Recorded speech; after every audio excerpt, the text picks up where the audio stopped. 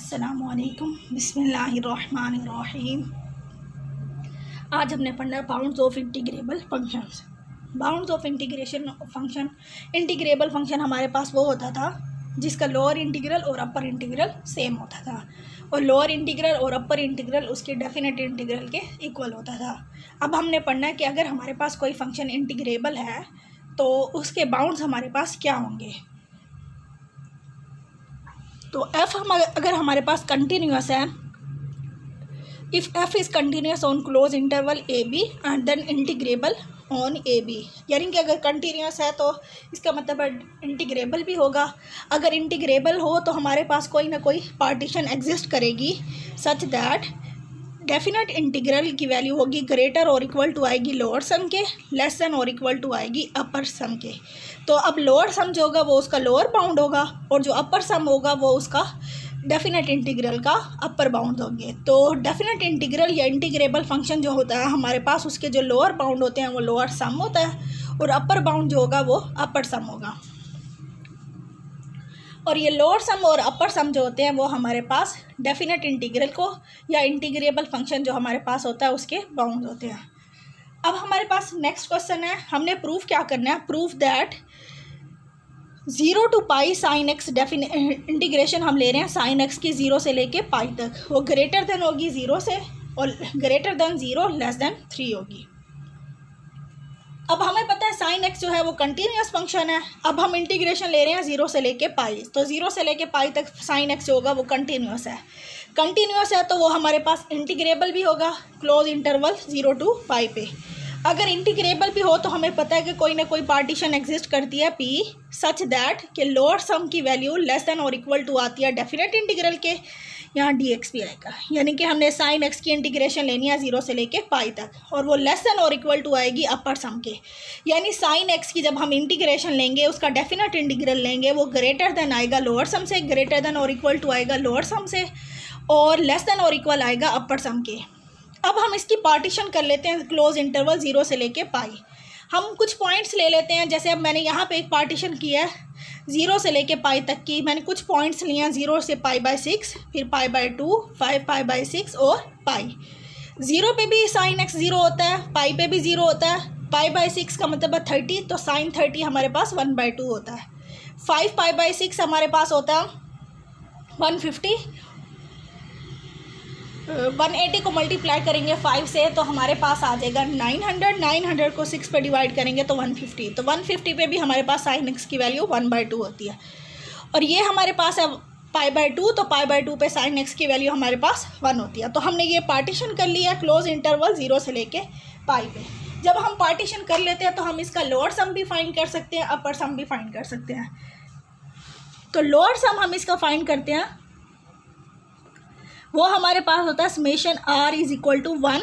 अब ये जितने पॉइंट्स होंगे हम उतने वो लेंगे वैल्यूज़, 1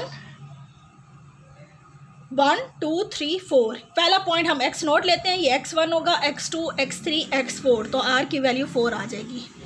और यहाँ पे लोअर सम में हम स्मॉल mr लेते हैं, xr माइनस x0। अब हम इसको एक्सपेंड कर लेते हैं तो हमारे पास ये वाली वैल्यूज़ आ जाएंगी, m1 x1 minus x0, m2 x2 minus x1, m3 x3 minus x2, m4 x4 minus x3, ये वैल्यूज़ आ जाएंगी हमारे पास। अब हमने हर इंटरवल में m1 m2 m3 और m4 जो पुट करना है, हर इंटरवल में जो लीस्ट वैल्यू होगी हमने वो पुट करनी है। अब हम फर्स्ट इंटरवल को देखते हैं x0 से लेके x1। ये है x0 की वैल्यू, ये पॉइंट है x0, ये x1 x2 x3 और ये आ गया x4। अब x0 पे फंक्शन की वैल्यू जो साइन x है उस पर 0 आ रही है, x1 जो पाई/6 हमने लिया हुआ है उस पर 1/2 आ रही है, तो 0 और 1/2 में से जो लीस्ट वैल्यू है वो 0 है, तो हम m1 की वैल्यू ले लेंगे 0। x1 हमारे पास है पाई/6 और x0 हमारे पास है 0। अब हम सेकंड इंटरवल को देखते हैं। अब हमारे पास सेकंड इंटरवल जो है पाई/6 से पाई/2 है, x1 की वैल्यू पाई/6 है, x2 पाई/2 है। x1 पे वैल्यू 1/2 है, x2 पे 1 है, तो इन दोनों में से जो लीस्ट वैल्यू है वो हमारे पास 1/2 है, तो m2 हमारे पास 1/2 हो जाएगा। अब हमारे पास x2 जो है π/2 है और ये π/6 है। अब हम थर्ड इंटरवल देखते हैं जो x2 से x3 है। अब इस पे वैल्यू 1 आ रही है π/2 पे और 5 π/6 पे हमारे पास 1/2 आ रही है, तो इन दोनों में से जो लीस्ट है वो 1/2 है, तो हम m3 की वैल्यू 1/2 लेंगे। 5 π/6 माइनस π/2। अब नेक्स्ट है m4 चूज़ करना है हमने। अब इंटरवल है 5 π/6 से लेके पाई तक। अब इस पे 5 π/6 पे वैल्यू 1/2 आ रही है और पाई पे हमारे पास 0 होती है। हमें पता है यहाँ पे फंक्शन की वैल्यू 0 होती है, sine pi is equal to 0। तो अब यहाँ 0 है और यहाँ पे हमारे पास 1/2 आ रही है, तो हम 0 लेंगे। x4 हमारे पास है पाई माइनस 5 π/6। अब हमारे पास ये टर्म भी 0 हो जाएगी, ये लास्ट वाली भी 0 हो जाएगी। हमने सिर्फ इन वैल्यूज़ को कैलकुलेट करना है। तो अब अगर मैं यहाँ पे इसका एलसीएम ले लूँगी तो हमारे पास ये वैल्यू आ जाएगी 1/2 और इन दोनों का एलसीएम 6 आएगा। 2 3 ज़ा 6, 3 पाई माइनस पाई और यहाँ पे भी 6 आएगा, तो 5 पाई माइनस 3 पाई, इधर भी 2 मल्टीप्लाई हो जाएगा, ये वाली वैल्यूज़ आ जाएंगी। 3 पाई में से 1 पाई चले जाएगी, 2 पाई हो जाएगा। 2 π/6 और 1/2, 2 π/6 और 1/2। यहाँ पे भी नीचे 12 आ रहा है और नीचे ऊपर हमारे पास आ रहा है 2 पाई, तो 2 π/12 ये भी है, 2 π/12 ये भी है, तो ये हमारे पास बन जाएगा 2 π/12। तो 2 से 2 कैंसिल, यहाँ पे भी 2 से 6 ये कैंसिल हो जाएगा, तो π/6 प्लस π/6, तो 2 π/6 हो जाएगा। तो ये आंसर हमारे पास π/3 होगा। जब हम इसकी वैल्यू रेडियन में निकालेंगे तो ये वैल्यू हो जाएगी 1.047।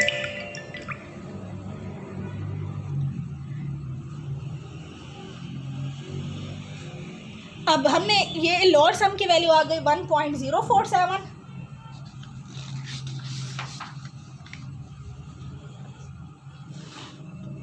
अब हम अपर सम फाइंड करेंगे इसका। तो अपर सम हमारे पास होगा summation r is equal to 1 to 4, यहाँ पे सॉरी mr आना था, xr माइनस xr माइनस 1। अब कैपिटल M आ रहा है, यानी हर इंटरवल में हमने फंक्शन की जो मैक्सिमम वैल्यू होगी वो पुट करनी है। अब मैं इसको एक्सपेंड कर देती हूँ, तो ये आ जाएगा हमारे पास m1 x1 minus x0, m2 x2 minus x1, m3 x3 minus x2, m4 x4 minus x3। अब हमने m1 m2 m3 चूज़ करनी है। ये हमारे पास जो कैपिटल M है, x1 x0 हमारे पास वही वैल्यूज़ होंगी। अब हम इधर फर्स्ट इंटरवल को देखते हैं। यहाँ पे हमारे पास 0 है, फंक्शन की वैल्यू यहाँ 1/2 है, तो हम यहाँ पे 1/2 लेंगे, तो m1 हमारे पास 1/2 हो जाएगा। x1 हमारे पास है π/6, x0 0। अब सेकेंड इंटरवल में हम देखेंगे π/6 से π/2 तक, यहाँ पे वैल्यू 1/2 आ रही है, इस पे 1 आ रही है, तो हम 1 लेंगे। m2 की वैल्यू हमारे पास 1 हो जाएगी। अब x2 हमारे पास है π/2 और ये हमारे पास π/6। अब हमने m3 को देखना है, तो π/2 और 5 π/6 है, ये इंटरवल है, इस पे 1 आ रही है फंक्शन की वैल्यू, इस पे 1/2, तो हम 1 ही लेंगे। m3 की वैल्यू 1 आ जाएगी, तो 1। अब x3 की वैल्यू हमारे पास है 5 π/6 माइनस π/2। अब m4 देखना है हमने, लास्ट इंटरवल है, इस पे वैल्यू 1/2 आ रही है, इस पे 0 आ रही है, तो हम 1/2 लेंगे।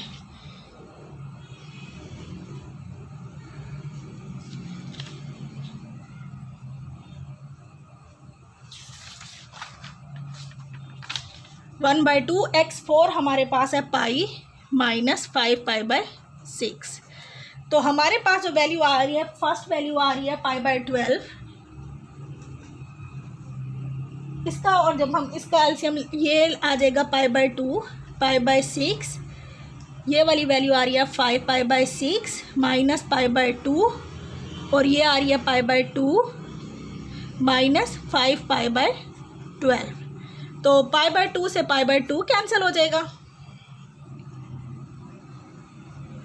और हमारे पास जो वैल्यूज़ रह जाएंगी हम उनका एलसीएम ले लेंगे।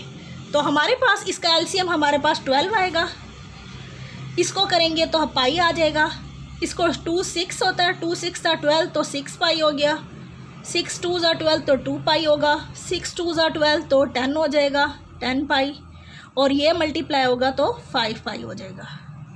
तो ये हमारे पास वैल्यू जो बन रही है वो हमारे पास है 10 + 6 16 + 17 पाई, जो प्लस वाली वैल्यूज़ है 17 पाई, और जो माइनस वाली वैल्यूज़ हैं वो -7 π/12। तो ये आ रहा है 10 π/12, जो कि हमारे पास वैल्यू होगी 5 π/6। 5 π/6 की वैल्यू अगर मैं रेडियन में निकालूं तो वो आ जाएगी 2.618। अब जो हमारे पास वैल्यू आ रही है, ये जो इक्वेशन 1 हमने रखी थी जिसमें हमने लोअर सम और अपर सम की वैल्यू पुट करनी है, तो वो हमारे पास लोअर सम जो आया वो हमारे पास आया पुट इन 1, लोअर सम हमारे पास आया, लोअर सम हमारे पास आया था 1.047, और अपर सम हमारे पास आया 2.618। तो हमारे पास वो इनइक्वालिटी जो बनेगी वो बनेगी लेस दैन और equal to 0 to π sin x dx, less than और इक्वल टू 2.618। अब ये वाली वैल्यू हमारे पास 1.047 के या तो इक्वल है या उससे ग्रेटर है, यानी ये डेफिनेट इंटीग्रल 1.047 से या तो ग्रेटर आएगी या इसके इक्वल आएगी। तो अगर मैं इसकी जगह पे 0 पुट कर दूं तो वो आंसर हमारे पास डेफिनेटली इससे ग्रेटर आएगा, क्योंकि ये वाली वैल्यू या तो 1.047 के इक्वल आ रही है या इससे बड़ी होगी, तो ऑटोमेटिकली वो हमारे पास 0 से ग्रेटर ही होगी। अब ये वाली जो वैल्यू है हमारे पास वो 2.618 के इक्वल है या 2.618 से लेस होगी, या लेस होगी या इक्वल होगी। तो इसका मतलब है वो अगर मैं यहाँ पे 3 लिख दूँ तो ये उससे लेस ही आएगी, और हमने यही प्रूव करना था, हैंस प्रूव्ड।